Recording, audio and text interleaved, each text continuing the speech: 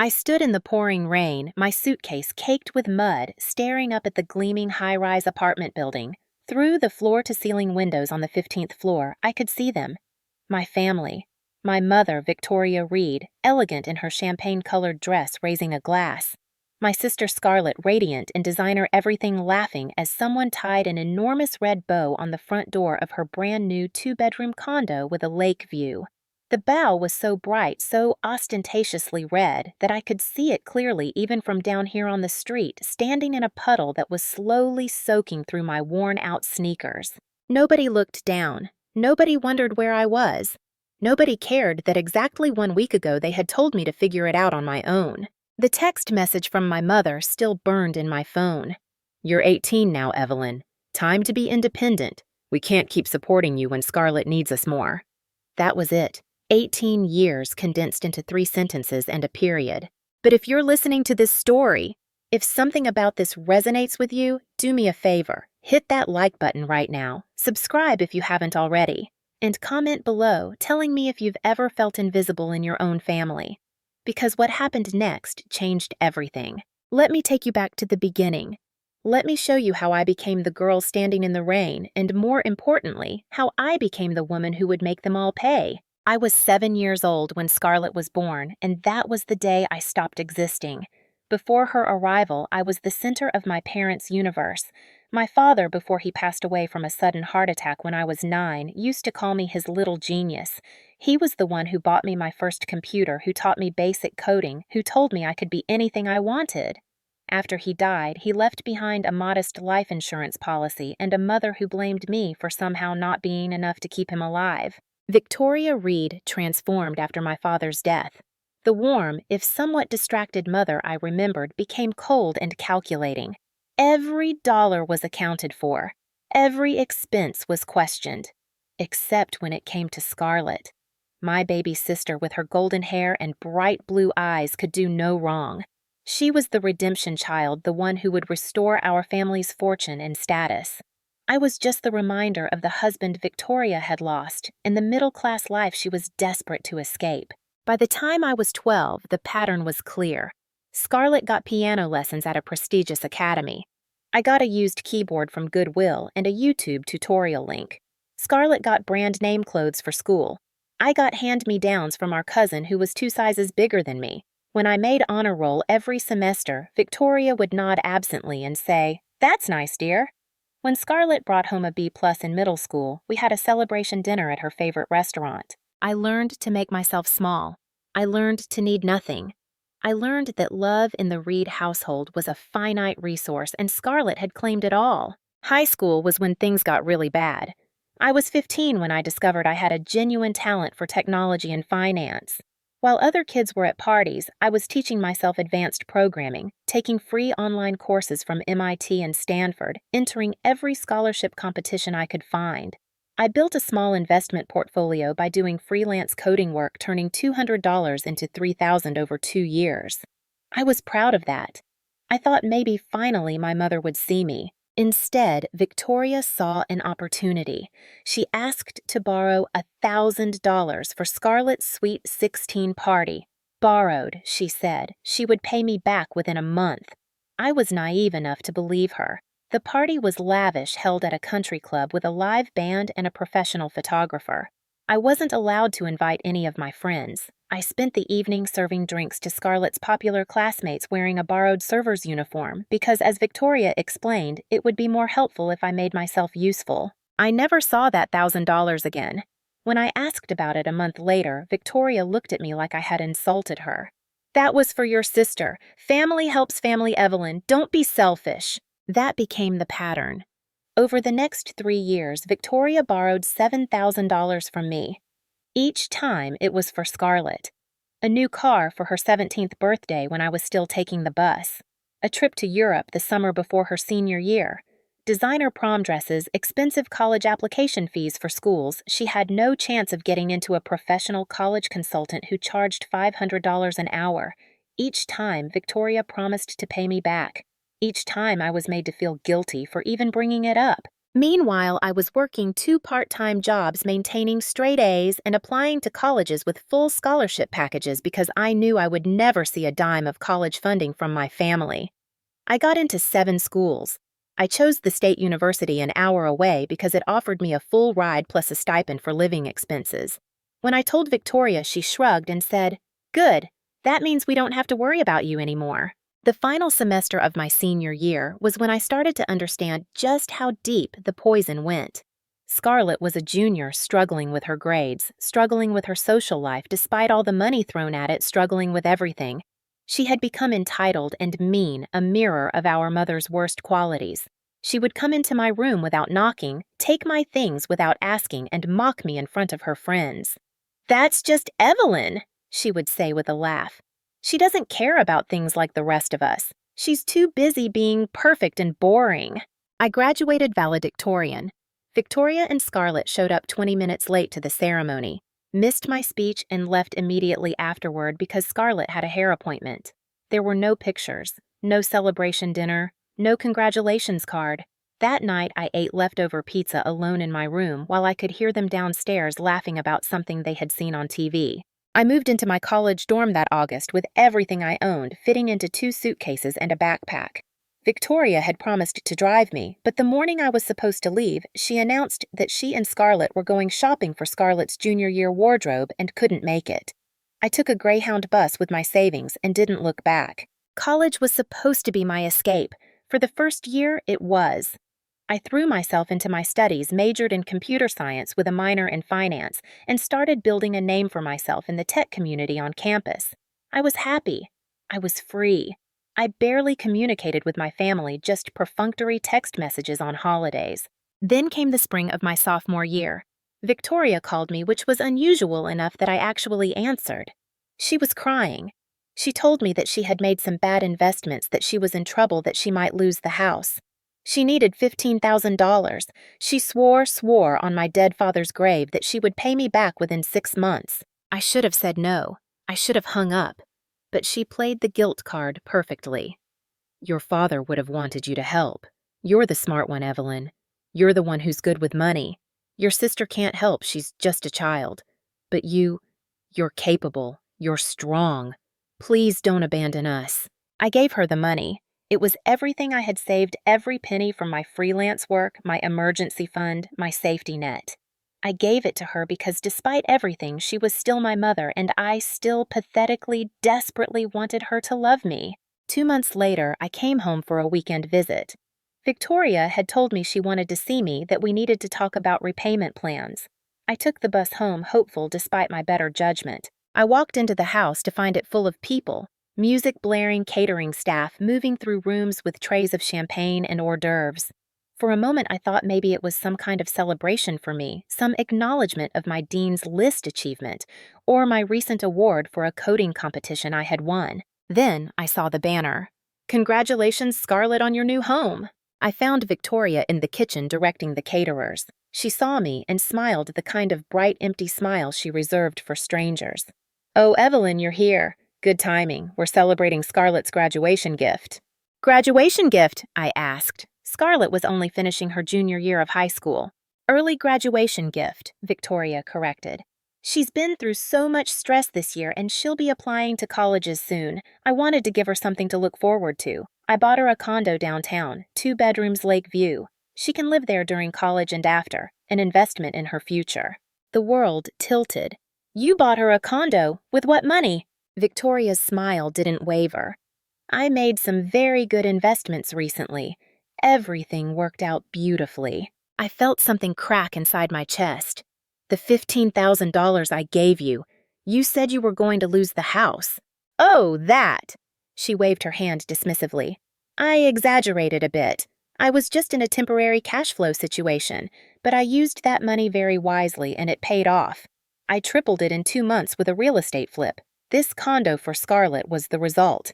You should be proud. You helped make this possible." I stared at her. "You tripled my money and bought my sister a condo. What about paying me back?" "Evelyn, don't be selfish. This is a family investment. Scarlett will let you stay there if you ever need to visit. Consider it a shared asset." A shared asset. I repeated the words numb. I want my money back. Victoria's expression hardened. I don't have liquid cash right now. Everything is tied up in investments and Scarlett's future. You'll get it back eventually. Family helps family. Or did you forget that Scarlett appeared then radiant in a designer dress I recognized cost more than my entire wardrobe. She was holding a champagne flute, bubbling and giggling. Evie, did you see my new place? It's absolutely perfect. Mom had them tie this huge red bow on the door. Isn't it gorgeous? I looked at my sister, at her unblemished happiness, at the complete absence of awareness in her eyes. She genuinely did not understand what was wrong with this picture. She had been raised to believe she deserved everything that the world owed her beauty and comfort, that I existed only as a supporting character in her story. I left that night. I didn't say goodbye. I just walked out of the house while they were cutting into a 3-tier celebration cake and took the last bus back to campus. I sat in my dorm room and looked at my bank account. $473. That was all I had left in the world. My next tuition payment was covered by scholarship, but I had no buffer, no safety net, no family to fall back on. The next morning, I called Victoria.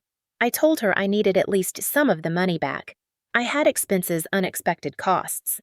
I tried to keep my voice steady, tried not to sound desperate. She sighed, annoyed.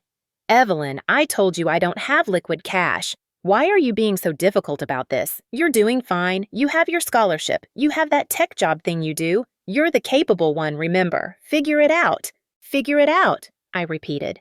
Yes, figure it out. I have to go. I'm taking Scarlett furniture shopping for her new place. She hung up. I sat there holding my phone, something fundamental shifting inside me. For 18 years, I had tried to earn their love. I had been good, quiet, capable, understanding. I had sacrificed and given and bent myself into shapes that barely resembled a person. And it had never been enough. It would never be enough. Because they didn't see me as a person.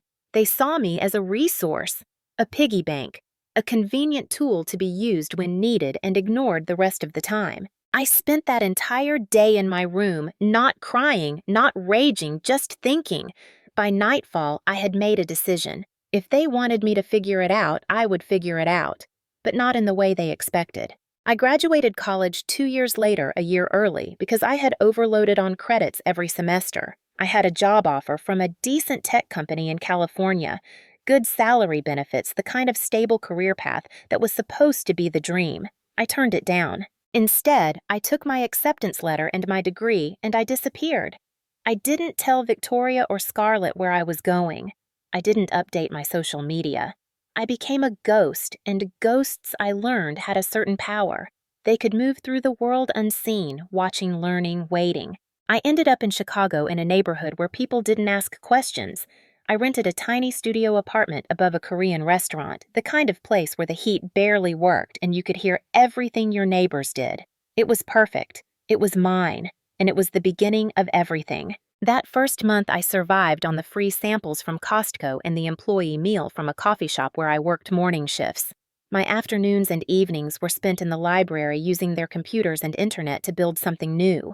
I had been coding since I was 12, but now I learned to code with purpose. I taught myself advanced cybersecurity, blockchain technology, artificial intelligence integration. I devoured every piece of information I could find about venture capital, startup culture, market disruption. I also learned other skills. I found a woman named Delilah who ran a consignment shop in my neighborhood. She was probably in her 60s, elegant in a way that spoke of old money gone quiet. We got to talking one day when I was browsing her shop for interview clothes I couldn't afford. She saw something in me, she said later, a hunger that reminded her of herself 40 years ago.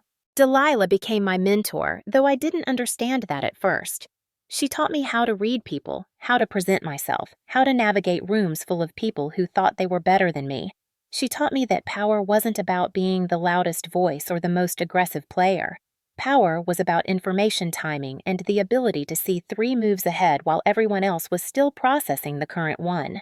Through Delilah, I met Marcus Chen, a former Wall Street trader who had made and lost a fortune and now ran an underground network of information brokers and freelance consultants.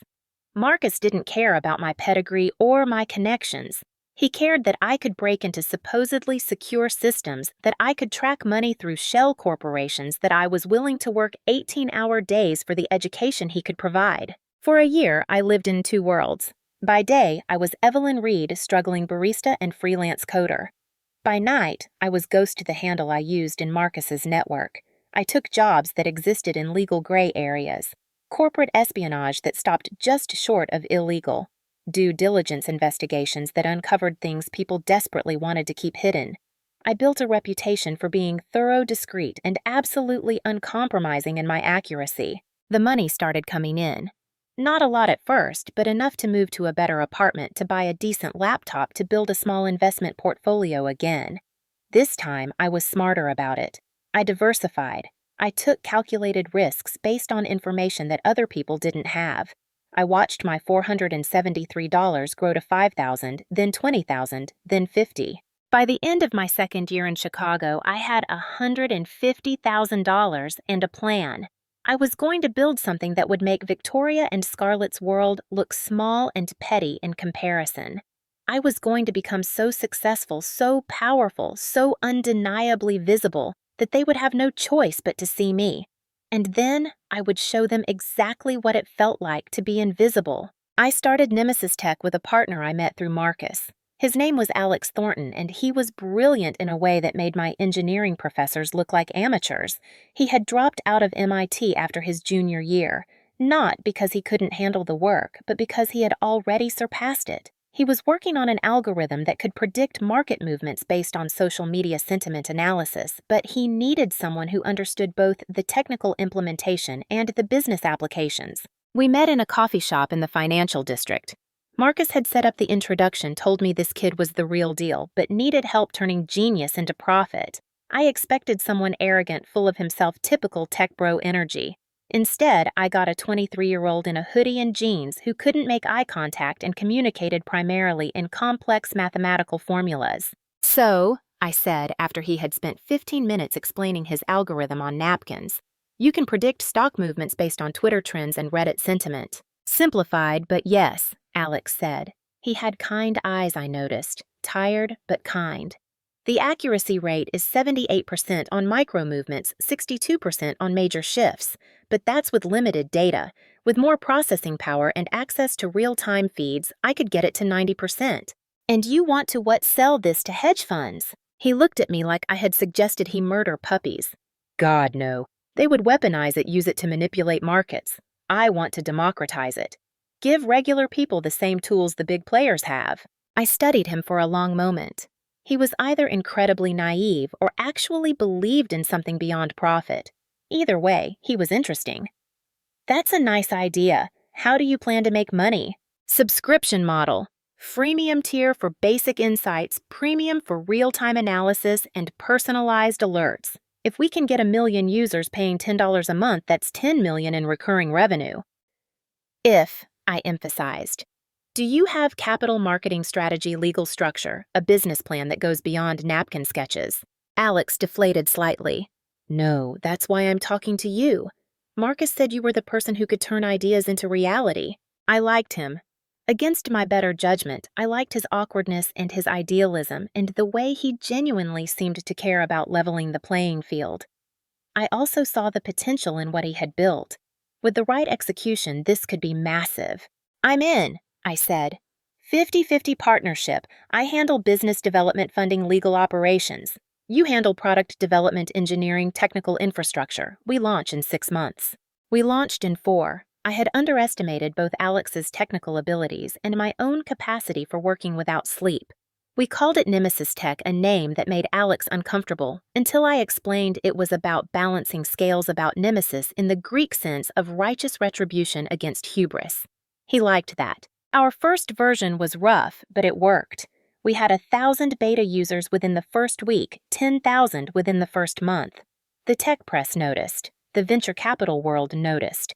And because I had been very strategic about our publicity, making sure my name and face were front and center in every article and interview, my old life noticed too. The Forbes article came out 3 years after I had left for Chicago. The 30 under 30 revolutionizing fintech, Evelyn Reed, and the democratization of market intelligence. The photo shoot had been surreal.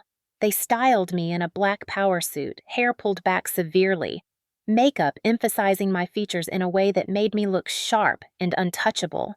I stood in our office, surrounded by monitors displaying cascading data looking directly at the camera with an expression I had practiced for hours. Not quite a smile, not quite a challenge, something in between that said I belonged exactly where I was. When the magazine hit newsstands, my phone exploded. Investors I had been courting for months suddenly returned my calls. Universities invited me to speak. Other tech founders wanted to get coffee to compare notes to see if there might be collaboration opportunities. And then 3 days after the Forbes article went live, Victoria called. I had blocked her number years ago, but she called from a number I didn't recognize. I answered out of curiosity.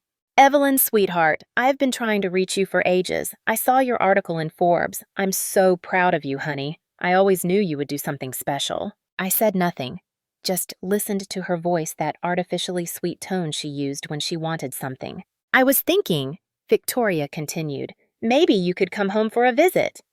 We've missed you terribly. Scarlett asks about you all the time. And I thought, well, now that you're doing so well, maybe we could talk about some investment opportunities. I have some ideas that could benefit both of us." "Investment opportunities," I repeated, my voice flat. "Yes, family should help family, right? That's what we've always believed. And I know I owe you some money from before. What if we just rolled that into a new venture together? I have connections, you have the technical knowledge. We could be unstoppable." I smiled, though she couldn't see it. "Where are you right now, Victoria?" "At home, of course. Why?" "What's the address? I don't think I remember it anymore." She gave it to me, the same house I had grown up in, and we arranged a meeting for the following week. She sounded thrilled, already planning a family dinner to celebrate my homecoming. I hung up and immediately called my lawyer. "I need you to document something," I said. "Every interaction, every request for money, every promise made and broken. I need a paper trail going back 10 years. "Evelyn," my lawyer said carefully. She was a Harvard graduate who had become a friend as much as a professional advisor. "What are you planning?" "Insurance," I said, "just insurance." The meeting with Victoria happened at my office in Chicago. I didn't go to her house. I didn't play by her rules anymore. I made her come to me, and I made her wait in the lobby for 30 minutes before my assistant brought her up to the executive floor. She looked good, I had to admit. Expensive highlights designer outfit, the kind of professional styling that suggested she had spent the last few years climbing some kind of social ladder. She air-kissed both my cheeks and made a show of being impressed by the office, by the view of the Chicago skyline, by the framed Forbes cover on the wall. "This is incredible, Evelyn. Really, you've done so well for yourself." She settled into the chair across from my desk, crossing her legs like she was at a social call, not a business meeting. "I knew you had it in you. I always told people my daughter Evelyn is going places." "Did you?" I said. It wasn't a question. "Of course, a mother always knows. Now let me tell you about this opportunity. There's a property development deal in Arizona, absolutely incredible potential. They're looking for investors, and with your name and my connections, we could make millions." I let her talk for 10 minutes. She had a whole pitch prepared, complete with projected returns and market analysis that I could tell she had copied from someone else's presentation without understanding any of it. When she finally paused for breath, I opened a folder on my desk. "Before we talk about future investments," I said, "let's talk about past debts." Her smile flickered. "Past debts. You owe me $22,347. That's the sum of all the money you borrowed from me between my 15th and 20th birthdays, adjusted for interest and inflation." Victoria laughed, a tinkling sound that grated against my nerves. "Oh, honey, we're not still hung up on that, are we? That was so long ago. Family doesn't keep score like that."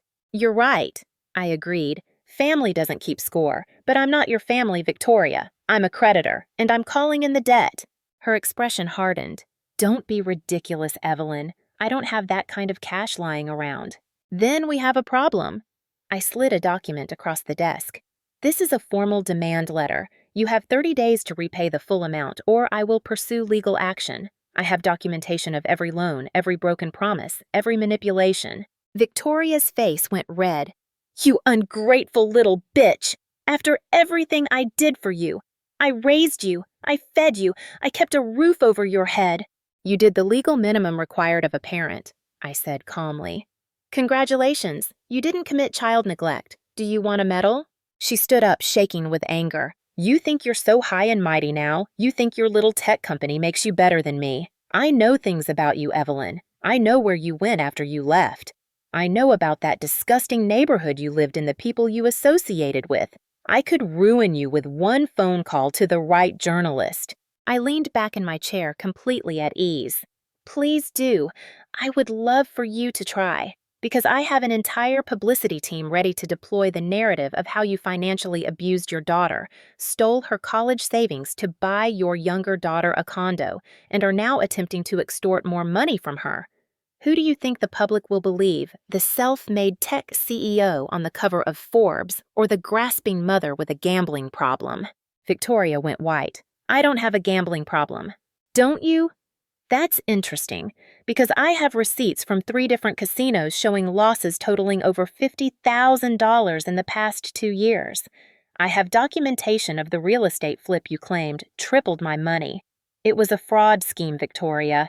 You lost almost all of it to a con artist in Florida and covered it by taking out a second mortgage on the house. The condo for Scarlett, you financed it with credit cards at 22% interest. You're drowning in debt, and you thought I would be your lifeline. She collapsed back into the chair, all the fight going out of her. How do you know all that? Because information is what I do. It's my job to know things. And I've known about your financial situation for 6 months. I've just been waiting for you to make the first move. What do you want? Her voice was small now, defeated. I want you to leave me alone, I said. I want you to stop pretending we're a family. I want you to acknowledge just once that you used me and threw me away when I was no longer convenient. She looked at me with something that might have been fear or might have been hate. And if I do that, if I acknowledge it, will you give me the money I need? No, I said simply. I'm not giving you anything, but I won't destroy you either. I won't leak your financial records to your social circle. I won't tell Scarlett that her condo is about to be foreclosed on because you can't make the payments. I won't inform your country club that your membership is being subsidized by credit card fraud.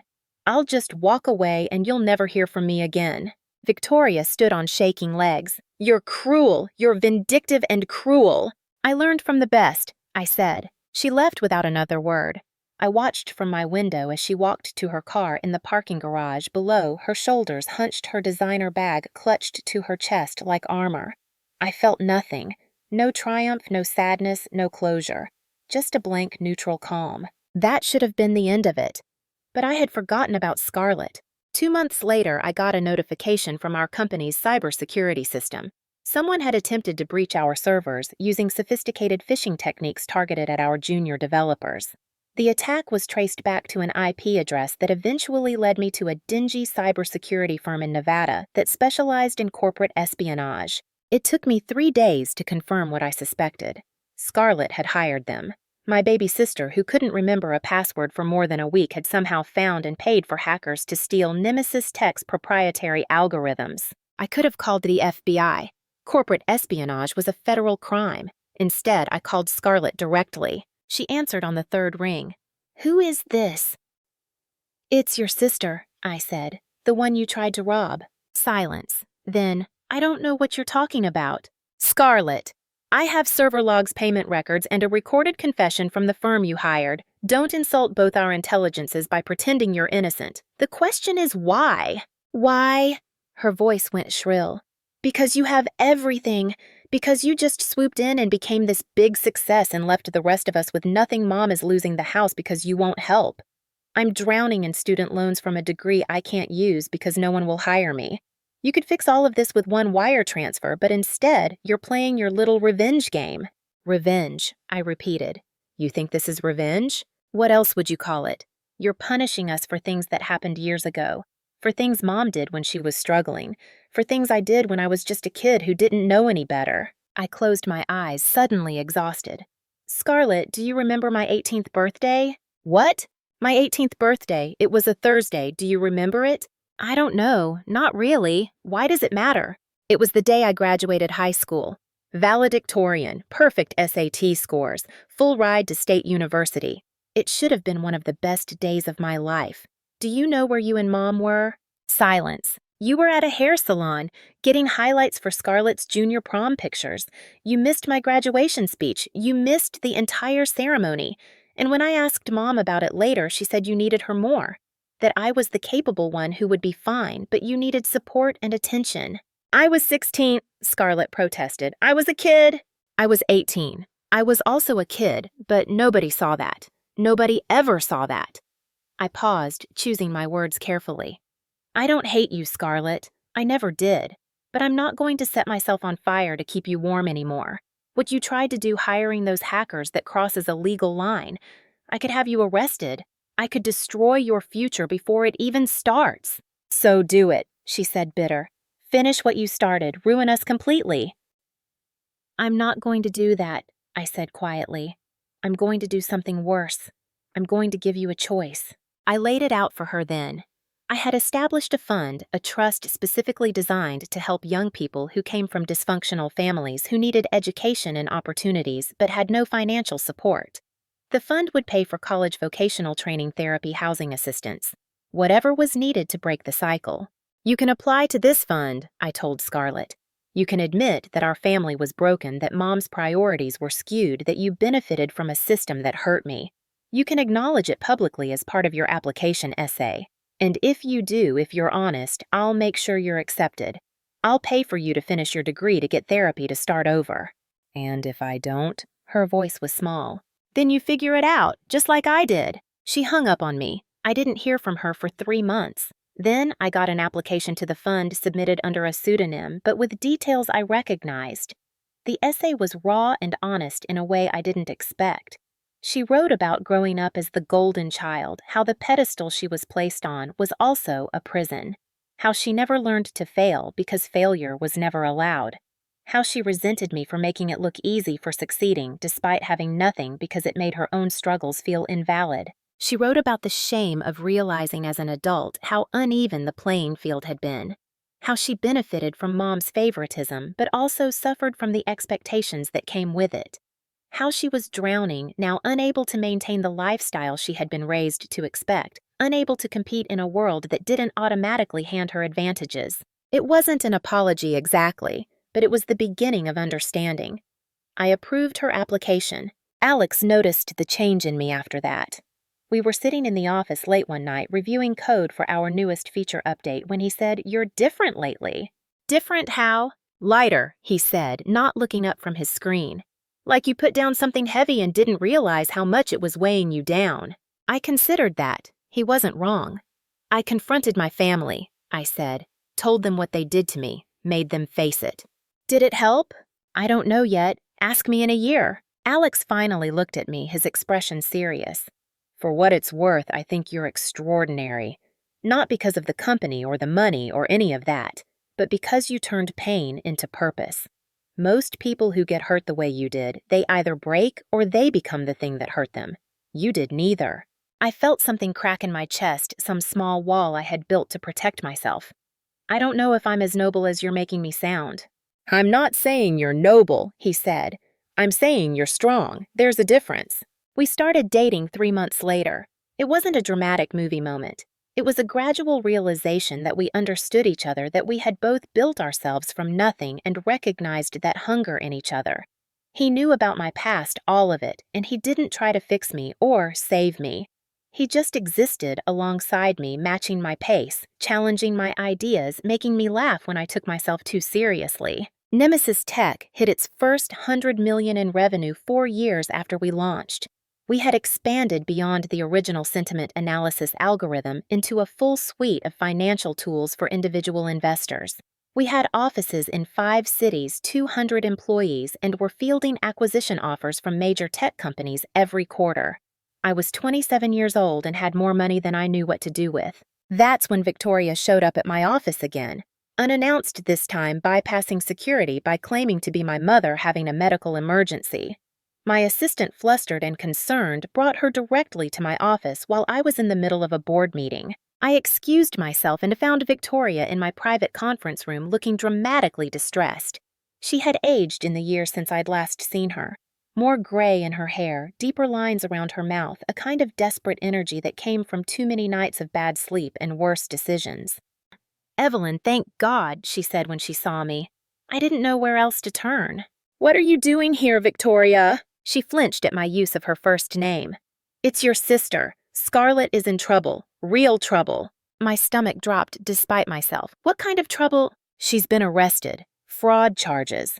Something about her boyfriend using her name to open credit cards running up massive debts. They're saying she knew about it, that she was complicit. She could go to prison, Evelyn. My baby could go to prison." I studied Victoria carefully. She was telling the truth, or at least believed she was. "When did this happen?" 3 days ago. I've been trying to reach you, but your number is blocked. I've been calling your office, but they wouldn't put me through. Please, Evelyn. I know we haven't been good to you. I know I haven't been the mother you deserved, but she's your sister. She's family." Family. I repeated, tasting the word. It still felt foreign in relation to these people. "What do you expect me to do? You have connections, lawyers, money. You could help her. You could make this go away." I walked to the window, looked out at the city stretched below me. I thought about Scarlett at 16, laughing at me in my thrift store clothes. I thought about her at 20, trying to steal my company's intellectual property. I thought about her application essay, the raw honesty of her admission that our family had been broken. "I'll make some calls," I said finally. "But I'm not making this go away. If she's guilty, she faces the consequences. If she's innocent, I'll make sure she gets a fair trial and good representation. That's all I can promise." Victoria started crying real tears this time. Thank you so much. I knew you would help. I knew underneath everything you still cared about us." I said not unkindly. "I don't care about you, Victoria, but I care about justice. And I care about not becoming the kind of person who lets someone suffer just because they hurt me. There's a difference." I hired the best criminal defense attorney in Chicago. She cost $20,000 a month, but she was worth it. It took her less than a week to unravel what had actually happened. Scarlett's boyfriend, a charming sociopath she had met through a dating app, had systematically exploited her. He had used her name, her identity, her naive trust to run up nearly $200,000 in fraudulent charges. When the credit card companies started investigating, he had disappeared, leaving Scarlett holding the bag. She wasn't blameless. She had been willfully ignorant, had signed documents without reading them, had ignored red flags because she was desperate to be loved by someone who seemed to see her value. But she wasn't the criminal mastermind the prosecutors were trying to paint her as. The attorney got the charges reduced to a misdemeanor with probation and restitution. Scarlett would have to pay back the money over 10 years, undergo financial counseling, and stay out of trouble. It wasn't nothing, but it wasn't prison. I went to see her after the sentencing. She was staying with Victoria back in her childhood bedroom because the condo had been foreclosed on months ago. She looked small, sitting on her pink comforter, surrounded by relics of her high school glory days. "Thank you," she said when I walked in. "Mom told me what you did, how much it cost. I don't know how I'll ever pay you back." "You won't," I said. "I don't want your money. I want you to do something harder." She looked at me warily. "I want you to figure out who you are when you're not playing the role Mom wrote for you.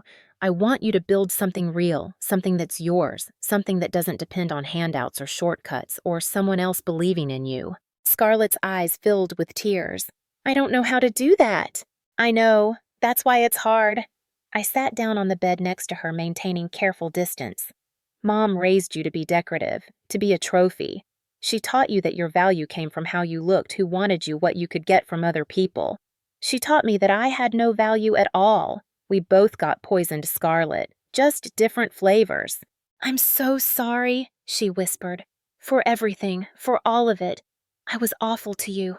"You were a kid who was taught that cruelty was love and neglect was normal. I'm not saying you're not responsible for your actions, but I understand the context now." "Do you hate me?" I thought about that question. Really thought about it. "No," I said finally. "I don't hate you. I don't really feel anything about you if I'm being honest. But I think maybe that could change. If you want it to." She nodded, tears streaming down her face. "I want it to. I want to be someone you could actually be proud to call your sister." "Then start by being someone you're proud of," I said. "The rest will follow." I left her there and went downstairs to find Victoria waiting in the living room. The house looked different than I remembered.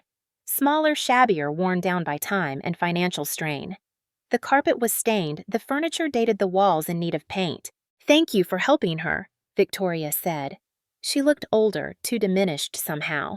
The imperious woman who had ruled my childhood had become someone brittle and uncertain. "I didn't do it for you," I said. "I know, but still."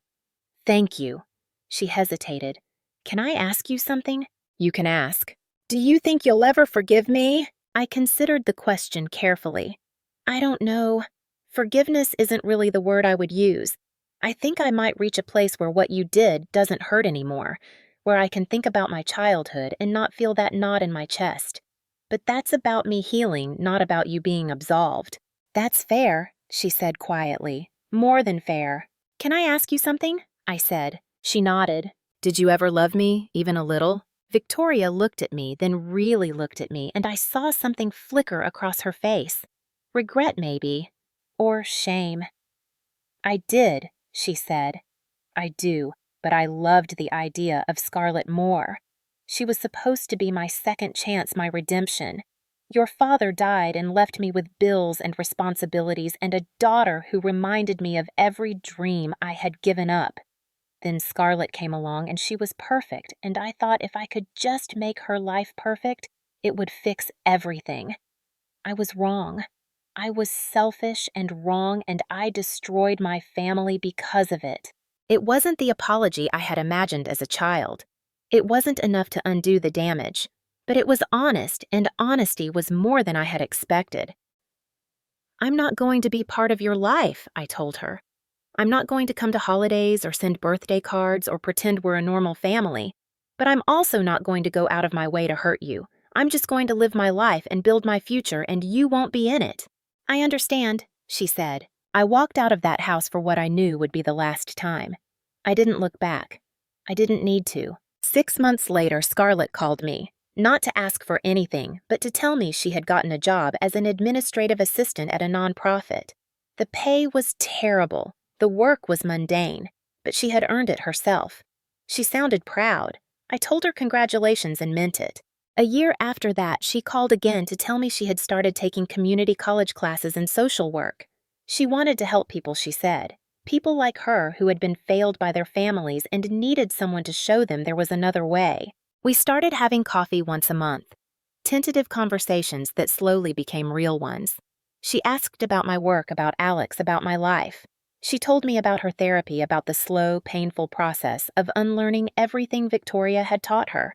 We would never be close, not the way sisters in movies were close. But we were something. We were honest. Nemesis Tech went public when I was 30. The IPO valued the company at $3 billion. I kept controlling interest, but the stock offering made Alex and me both incredibly wealthy. Forbes did another cover story this time, with both of us titled, "The Outsiders Who Beat Wall Street at Its Own Game." I used part of my newfound wealth to expand the fund I had created. It became a foundation with a full staff and rigorous application process. We helped hundreds of young people every year, kids who had been abandoned or neglected or abused, kids who needed someone to believe in them when nobody else would. One of our scholarship recipients, a 19-year-old named Maya, who had aged out of foster care, told me at a foundation gala that I had saved her life. I told her I hadn't saved anything. She had saved herself. I had just removed some obstacles. Alex and I got married in a small ceremony in Iceland with about 20 people who actually mattered to us. No family drama, no uncomfortable obligations. Just friends and colleagues who had become chosen family. We honeymooned by hiking through glaciers and eating at tiny restaurants and not checking our phones for 2 weeks straight. When we got back, there was a letter waiting for me. It was from Victoria. She had written it by hand, which must have taken hours given her arthritis. The letter was 6 pages long, single-spaced, and it detailed every moment she could remember of failing me as a mother.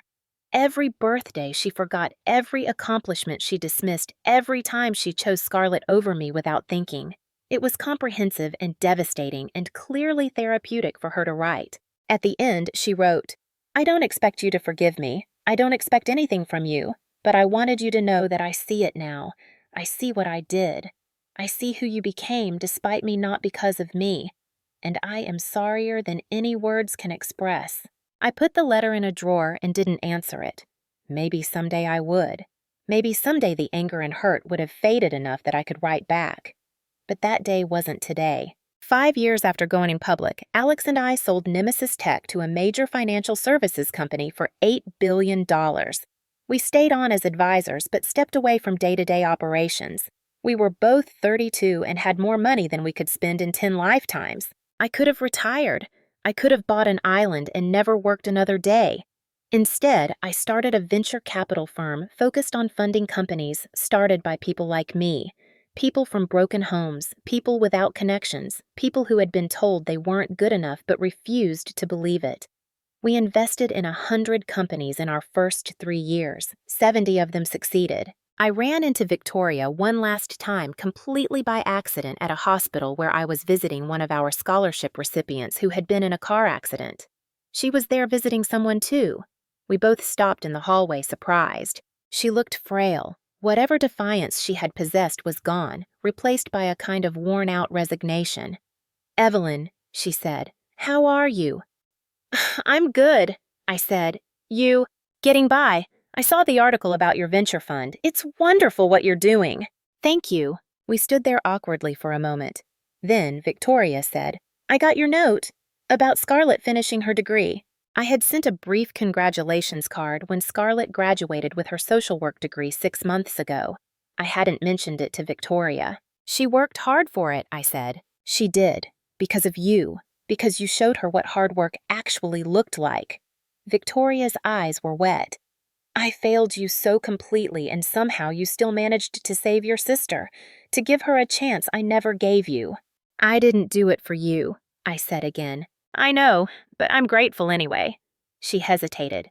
"Can I tell you something?" I nodded. "I'm dying. Pancreatic cancer, stage 4. They give me maybe 6 months." I felt something lurch in my chest, some complicated emotion I couldn't name.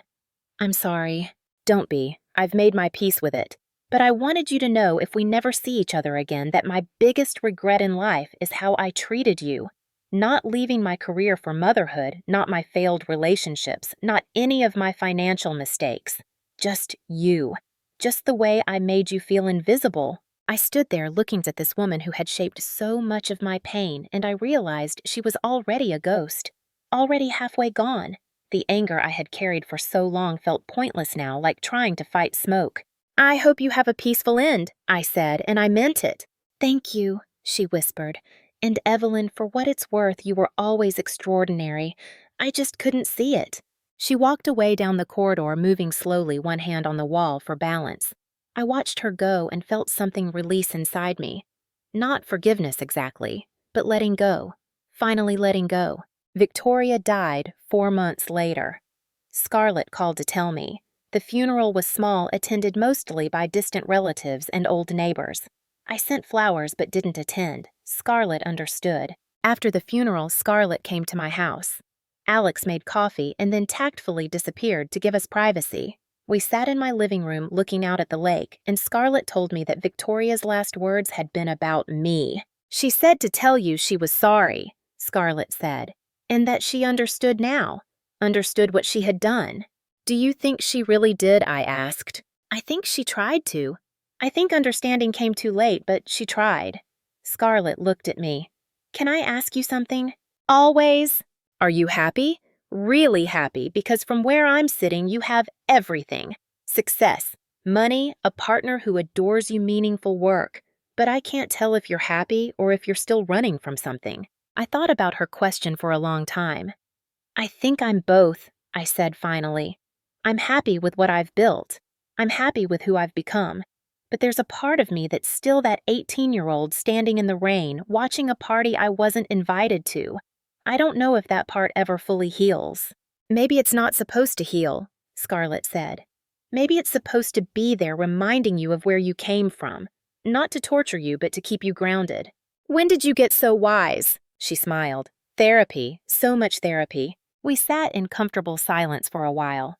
Then Scarlett said, "I started a support group for people with toxic families, people trying to heal from parental neglect and favoritism. There are 20 people who come regularly. They all have versions of our story." "That's good work," I said. "I want you to speak at one of our meetings, not about your success, but about your journey, about how you survived and what it cost." "I'll think about it," I said. 3 months later, I did speak at her group. I told them my story, the real version, not the sanitized Forbes magazine version. I told them about the mud puddle and the red bow, and the moment I realized my family would never love me the way I needed. I told them about the years of building myself from nothing, about the anger and hurt and determination. I told them about confronting Victoria about the choices I had made about the price of survival. When I finished, a young woman raised her hand. She looked about 19 with nervous energy and hunched shoulders. "Did it work?" she asked. "Did getting successful and showing them you didn't need them, did that make you feel better?" "Sometimes," I said honestly. "Sometimes it feels amazing. Sometimes I look at what I've built and I feel proud and powerful and untouchable, but sometimes I'm still just that girl in the rain wanting her mom to love her. The difference is now I know that's her failure, not mine, and that knowledge doesn't take away the pain, but it puts it in context. So revenge doesn't fix it. Revenge isn't what fixed me," I said. "What fixed me was deciding I was worth saving. The success came later, and it was satisfying, but the real victory was the morning I woke up and realized I didn't need their approval to prove I had value. I already had value. I always did. They just couldn't see it." The room was silent. Then someone started clapping and others joined in, and I realized these were my people. Not the tech founders or the venture capitalists or the Forbes 30 under 30 crowd. These were the survivors, the rebuilders, the ones who had been broken and were slowly, painfully putting themselves back together. That night, lying in bed next to Alex, I told him about the meeting. "I think I finally understand something," I said. "What's that?" "I spent so many years wanting Victoria to acknowledge what she did to me, wanting her to see me, to apologize, to make it right. And when she finally did, when she wrote that letter and said those last words, it didn't change anything. The damage was already done. The healing had to come from inside me, not from her." "So what now?" Alex asked. "Now I stop waiting for closure that already happened. I stop defining myself by what was taken from me and start defining myself by what I've built. Not Nemesis Tech or the foundation or the money, but the person I chose to become. The person who survived and then did more than survive, who thrived." He kissed my forehead. "I love that person." "Me too," I said. "Finally, me too. I'm 35 now. I run a venture capital firm that has funded over 300 companies. I sit on the boards of 5 nonprofits focused on helping at-risk youth. I speak regularly about surviving family trauma and building resilience. My foundation has helped over 2,000 young people get educations and opportunities they never would have had otherwise. Scarlett and I have coffee twice a month. We're not best friends, but we're honest with each other. She runs her support group and works as a licensed social worker and is building a life she's proud of. We both carry the scars of our childhood, but we don't let them define us.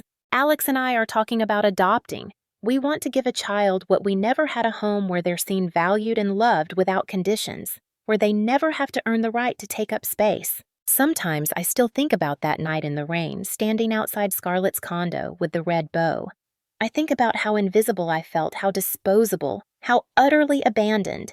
And then I look at my life now, at everything I've built and everyone I've helped, and I realize that girl in the rain was stronger than she knew. She didn't need them to see her. She just needed to see herself. And once she did, once she understood her own worth, nothing could stop her. Not neglect, not favoritism, not financial abuse or emotional manipulation or any of the ways families can fail their children. She saved herself, and then she saved others. And that, more than any revenge, more than any confrontation, more than any net worth or magazine cover, that is what makes her story worth telling. So let me ask you something. Have you ever felt invisible in your own family?